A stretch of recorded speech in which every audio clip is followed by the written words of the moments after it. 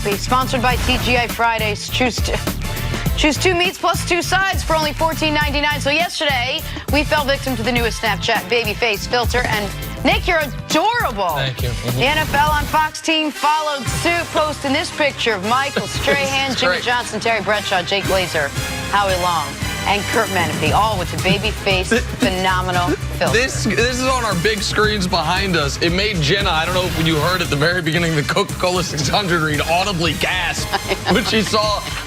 Jay Glazer doesn't look like Jay Glazer. Like, that's the baby face. I almost didn't realize who that was. The Jimmy Johnson one, it might be the best one of them all. A baby Jimmy Johnson. Because that's how I like to imagine a baby Jimmy Johnson actually looked with the hair like that. Yeah, Howie's been like that. He came out of the womb with a crew cut, bro. I'm telling you, and glass. Wait, I gotta just say, for anyone that didn't watch yesterday, can you come over here and look at CeCe and Nick? It is. Well, CeCe, as a baby, evidently wore eyeshadow. Adorable. We didn't know that CeCe wore purple eyeshadow. I got some youth pictures. I'm gonna tell you something. I was a rough little kid. Well, I did not look like I was headed to success. Nick came out of the womb already with a take. He came out and he's like, and another thing. Hold on. I gotta tell you something. Looked like I could be a little lawyer right there. It's good stuff. That's what everyone always thought I was gonna be. It's a win for Snapchat. Lawyer or used car salesman. No, you're about right in between. Yeah, absolutely right. Time for your AT&T wake-up call. Raptors beat the Bucks in Game 5 to take a 3-2 series lead. Kawhi Leonard was seemingly unbothered by his nagging leg injuries. 35 points, 15 in the fourth quarter. Also added on 7 rebounds and a career-high 9 assists. See, is Kawhi making his case for best player in the NBA? Well, he's playing some of the best basketball. It's refreshing to be able to see, and his game has just developed so much. His playmaking, you talk about the 9 assists. What about, Jenna, all 9 of those assists happen to be three-pointers. If they don't do that, I don't believe they win last night's game. So, yeah, he's going to be in the conversation. Him, Steph, KD, This has been LBJ. so much fun. Like, just think about from the start of this season to right now, the progression of who the narrative has been behind for best player. Started the season with LeBron. Harden went on his insane 30-point streak. Yeah. He took it. Giannis going to win MVP. His team starts the playoffs 10-1. He took the lead. Durant during the playoffs, 39-5-5 over stretch. He takes it. Kevin Durant. Then Steph is like, no, it's actually me. And now over the last week, no, it's actually Kawhi. Those 6 guys all at various points making their case. Kawhi reached a claw in there and grabbed that trophy. And he's certainly right now trying to. The All-NBA teams were announced. Here we go. First team, Giannis, Harden, Steph, Paul George, Nikola Jokic.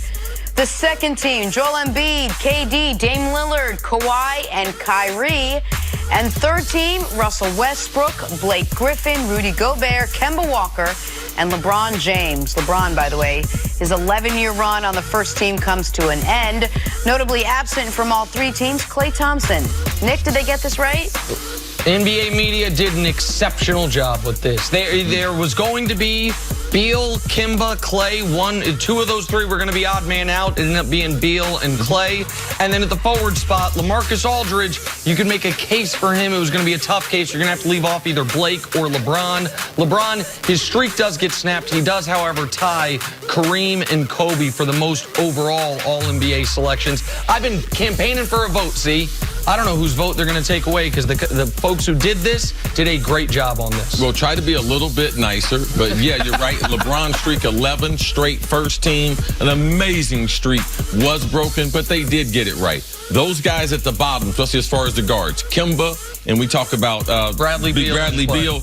Look how many games did they win compared to Klay. So the people that want to argue for Klay, do you want a winner or do you want guys that had outstanding seasons even though their team didn't have outstanding seasons? That would be the argument. Correct. All right, finally, this is a crucial offseason for the Lakers, one in which they will desperately need to land a second superstar to have any chance of righting this ship that has seemingly gone off course. According to Brian Windhorst, LeBron has already been active this offseason, trying to recruit Kawhi and Jimmy Butler, and he's been in touch with Kyrie. Nick, Kawhi and Kyrie would mean a successful offseason for LA, but what about Jimmy Butler? Jimmy Butler's been the one that I have been the most skeptical about. Not about their ability to land him, but if I'm tiering these guys, we know obviously Kawhi and KD are in this top tier, and then Kyrie and Klay, I would say, are in this next tier. But of that third tier, My guy was another K, was Kemba Walker. I think we have seen a player similar to him in Kyrie Irving fit seamlessly with LeBron. Jimmy Butler, prior to this postseason, I thought anybody maxing him out would be making a mistake. Now, in the postseason, he was really good. And he showed his value on both ends. He showed his ability as a closer, and he showed that he can elevate his game. But sometimes, as Mark Schlereth says, in maybe a better way than I'm going to say right here, when it smells everywhere you go, maybe you're the one that stinks. Jimmy Butler has a bit of a track record of being a tough teammate. And I do worry about Jimmy Butler, who's been the dominant personality on his teams since he became Jimmy Butler, since he developed into that player, his ability to meld with LeBron. And for the Lakers, LeBron, obviously at this point in his career, has to go in a certain gear during the regular season. Is Jimmy Butler ready to go in full gear during the regular season to carry that load? Those are real questions I would have. It's better than nothing, but to me, Jimmy Butler is the tail end of that third tier, and it would mean, in my eyes, the Lakers struck out on much better options. I like Jimmy Butler as a player. Jimmy Butler does present a number of challenges. One, at this age, how long is he going to be able to play that style? So if you do sign Jimmy Butler, especially with someone, LeBron, with his age, you have to understand those couple, it's like a Chris Paul deal.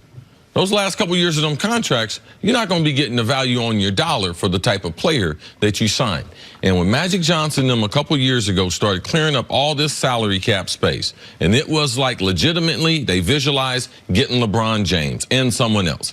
If you tell them now, fast forward, it's LeBron and Jimmy Butler, a lot of people are going to be disappointed. LeBron James and his camp, they should be disappointment. But they need to prepare themselves for a plan B and a plan C, because LA is just not the destination that it used to be. And what's happened this offseason, to me, has just made it even more clear that, man, the Clippers are really viable in the same building without the chaos. Man, going to New York. If Kawhi's not going to go to LA, if he wants to stay in North America, why would he stay in a bigger city in New York compared to Toronto? So I just believe everything that's going on, I believe it's going to be a tough offseason for the Lakers. Plan B and C is not generally something that's in the Lakers' cards, as we've seen the last couple of months. But if you put all that aside, do we feel a little more comfortable that at least now we're seeing that LeBron is taking a proactive role, or reportedly taking a proactive role in recruiting, when we weren't sure what was going to be and who was going to lead that? I think I said this yesterday. I never believed the idea that LeBron was going to sit this out. This is part of the job for LeBron. Yes. The coaching search is not part of the job. Filling out the roster as far as what the Lance Stevenson roles, that's not part of his job. When you are a player of his caliber, calling up the other guys of that near that caliber, the guys who you could have as your number two, that is part of the job. And the players we have seen in the past, when LeBron was leaving Cleveland the first time, Derrick Rose didn't want to pick up the phone to recruit him to Chicago, and Derrick Rose was criticized for that. It is the NBA superstar's job to be part of the recruitment. I never thought LeBron was going to sit this out. And it's such a small network now. You know, Chris Broussard might not have KD's number, but LeBron, he's got his number and everyone else's number. LeBron would be naive to idiotic if he wasn't making these phone calls, because the other players are talking. Other NBA executives are ready. If Kevin Durant says, all right, I want a guy, I want Kyrie Irving, all right, you can believe that these conversations have already taken place. Free agency doesn't start July 1st, June 30th. No, free agency starts whenever the player, because there is no tampering with the players. They can communicate all the time. I'm going to go back to something I said, and a lot of people thought I was just pulling it out of thin air back in October, and then it started gaining some momentum. The Lakers' best chance at an elite free agent is Kyrie Irving. Does not mean they will get him. It does not mean they are the favorite for him. But their best chance at a difference maker is Kyrie Irving. And that door was reopened on that phone call with things that have not necessarily been publicly talked about. That is, I don't know where Kyrie's going to go, and I don't know how heavy of a hand his dad's going to have in it. But the Lakers' best option is a guy who's played with LeBron before, and it's Kyrie Irving. All right, let's move on to the NBA Finals. They get underway